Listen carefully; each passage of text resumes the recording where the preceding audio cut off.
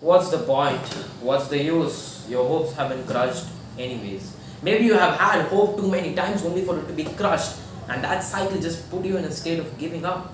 Maybe you started to take action on the things that frustrated you with life only to make no change and your hopes to be crushed again. But Yuka, I'm not depressed. I'm not numb. You don't have to be. This state of apathy, this state of meaninglessness, of hopelessness, of resigning, of giving up, you could be residing in the state, or there could be pockets of apathy and giving up in some aspects of your life. But overall, you're good. Just in some aspects of your life, you have this states of apathy. Anyways, this video is for you.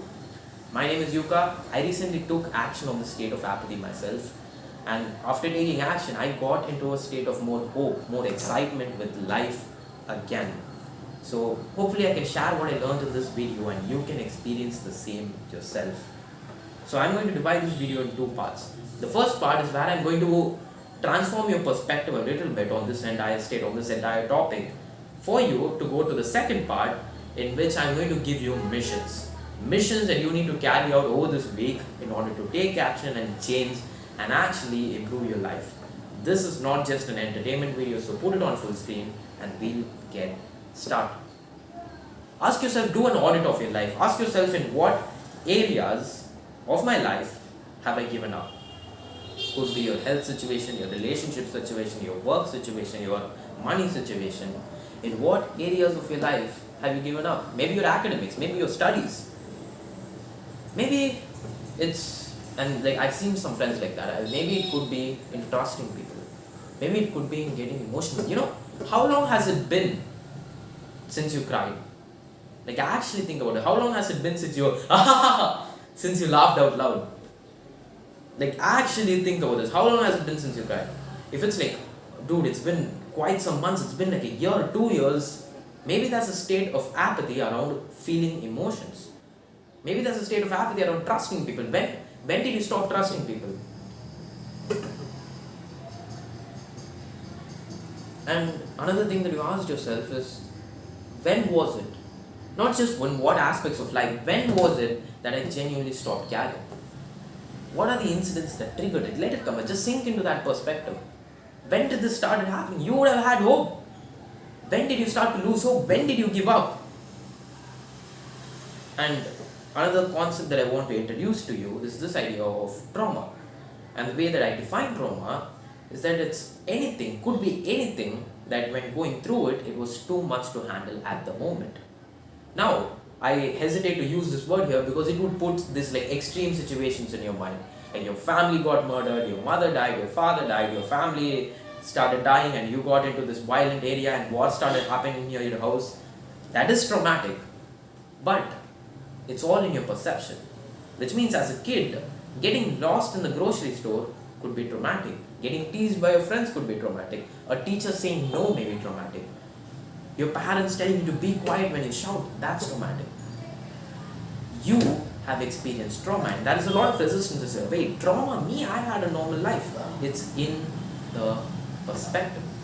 If there are intense sensations, it was too much for you to handle at the moment, it's trauma.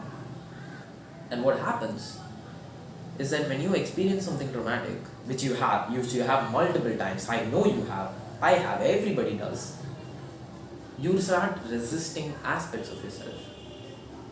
Maybe your household was, if you just laughed around in a household where it was very serious. It's like, what are you laughing about? I never want to laugh again. Maybe you shouted in a restaurant and they were like, be quiet. I'm going to disown the aspect of myself that is loud. And when you start resisting all of these parts of yourself, you start resisting the emotions that you could be feeling. You label some emotions as good and some as bad, you start resisting it. What happens is that you just stop feeling. You create this split inside of you of what's acceptable and what's not acceptable. And what's not acceptable, just like hiding it all away out of your awareness down into your subconscious mind. But that doesn't mean that it's not active. It's still active and it's running you. It still controls you. It could be good things also, right? You could resist and disown things like being loud, being expressive, being laughing. It doesn't just have to be the negative emotions. It's like depending on how you grow, your situations when you grew up, you could have disowned laughing out loud. Who knows? And this is where I also want to tell you about the subconscious mind, which is like when you disown, these things go into your subconscious mind, which is just a complicated term. It's like the subconscious mind is just a place that's out of your awareness. Because it's too much to handle, it's placed out of your awareness. And that's a lot of resistance in order to going out and experiencing it. And this is what you can observe this in your life. What are the patterns in your life right now? What is the ceiling of what you think you deserve? Like in your health situation, in your wealth situation, in your family situation, what is the ceiling? What is the upper ceiling of what you could achieve? Because more than that, if you go, it's like, this is too much, I don't deserve this, and you self-sabotage and you go back down. What are those things? These are things in your subconscious mind that's been running though. If I think that conflict is bad, if I think I don't deserve to go out and assert myself, if suddenly things start going good, I'm not going to let it go good. I'm going to stay stuck in this identity that I have built up for myself. That I am not a person that can assert myself, that can set my boundaries, that can tell no when no needs to be said. And if I take you, I put you out on the street and I tell you to shout like full voice, just ongoing shouting for 2 minutes straight, and I'm on the other side of the street, I'm recording you and acting like I have no idea who you are. You're just a random dude weirdly shouting on the street and people are staring at you, judging you, looking at you. Even thinking about that, you're probably sweating, your heart's beating a little faster even thinking about it. Actually, if you analyze the situation, the worst thing that will happen is someone tells you and someone comes to you and be like, sorry, you're disturbing, can you just do it somewhere else? That's it. But in your mind, you feel like you're going to die. And that's the things in the subconscious that are getting triggered. And if you can proactively trigger yourself and you get that into your awareness and you process it, that's the real way of dealing with social anxiety, dealing with the lack of confidence in the first place. And what do I mean by getting triggered? Getting triggered, like I told you, right? If I place you in that social anxiety challenge where I tell you to shout, your response is not appropriate to reality at all. Reality, there is no risk, man. But you feel that your response is like, I'm going to die. And that's if you're a normal person. If you are someone who has like social anxiety, you don't talk to people much, you're just in the class and I make you do that, shit, it's going to be one of the worst experiences of your life. If you don't know how to process it. But if you do it from a standpoint of inner work, you could use it to proactively trigger yourself in order to make things come up and then process it and let it go so that you approach your confidence on a core level. Now, coming back to the topic at hand, which is meaning and apathy and just giving up and hopelessness. These are the missions that I want you to follow. And I just explained to you these things for you to just understand, right? Understand intellectually at least. And now we are going to get to the missions that you need to carry out this week. First one is to do a journaling session with yourself. Fun, right? Journal about your biggest wins. This is mission number 1. Journal about your biggest wins and progress over the last 3 years. And this could be situations like situations of crisis, situations where you're like, shit, I have no idea I'm going to go through that, and you still went through with it. These could be the things that you have done, things that you have accomplished, actions that you have taken, progress that you have made, how different your life is right now from your life like back then. All of this, just write down, make a huge list of all of your wins. Because what you are doing, what this exercise and mission accomplishes, is that you are increasing your perceived power in your own life. Write down what gets you excited. This is still part of mission 1, right? You are doing a journaling session, your wins, your progress, situations of crisis you have been through, and things that get you excited. I didn't write the excited part, I wrote everything else. And what happened to me was, after I wrote down the list, it's like, shit, I've done so much, I can do so much. I'm a G, bro. And the second mission is, at least over the next week, you try doing this every day. I've did it quite a few times, like distributed day, and it did help me a little bit. This And for your position, this will probably help you a lot. Mission number 2 is to take a cold shower every day, but not just in a usual way. Take a cold shower, but instead of it being like me against the cold, I'm going to power up and fish. No, try to relax into the cold. Try to feel the cold as much as possible. And that's what we want you to do. We want you to practice feeling. All the things that are unacceptable, all the things that you don't want to feel, you're going to practice feeling it, both externally and internally. And what happens if, even in the negative emotions, everything that you don't want to feel, if you start labeling them as acceptable, it's still going to feel shit. It's still going to, if you feel sad, you're still going to feel sad. But if you don't label being sad as a bad thing, what happens is you're just going to feel sad. You're not going to feel sad about feeling sad and feel sad about feeling sad about feeling sad. You don't get into these negative spirals of thought, and you get to experience all emotions, all sensations, and you get through it. You approach it with acceptance rather than resistance, because whatever you resist persists. The third mission is to take some moments in your day and just ask yourself, how are you feeling?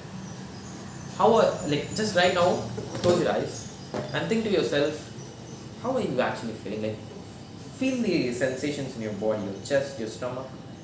And by sensations, I mean, could be your heart beating a little faster. Could be like this knot in your stomach. Could be this tingling in your ears. Whatever, those are sensations. The emotion is the label that we put on the sensation, like heart beating faster, knot in stomach, sweating, I'm experiencing fear. But the sensations is what directly is, like, the subconscious mind, whatever's in there, whatever you're experiencing, you can feel it through sensations. And when you process and let go of these sensations, the associated emotions and thoughts also get processed. This is the core thing that we want to work on. So, sometimes in your day, just genuinely ask yourself, how are you feeling? Do a checkup on yourself. And just take a minute to experience yourself. Because this is what you're trying to run away from. Could be with your work, could be with your instant pleasures, all the things. You're just trying to escape this feeling with yourself. You're just trying to escape it and distract it and numb it. Now you're going to actually face it and you're going to experience it. And another thing that you can do is, the fourth thing, is to aim for grief.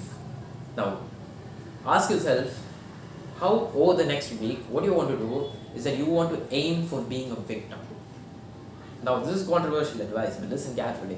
Aim for being a victim. Ask yourself, how are you a victim of your situation? How is everything that happened to you not your fault? How did the situation, the environment, how did life screw you over, and why is it not your fault? And it's like a victimhood, the situation of victimhood, the situation of grief, the state of grief. It's like, if only this thing would be happening, if only that thing would happen, but I'm in such a messed up state.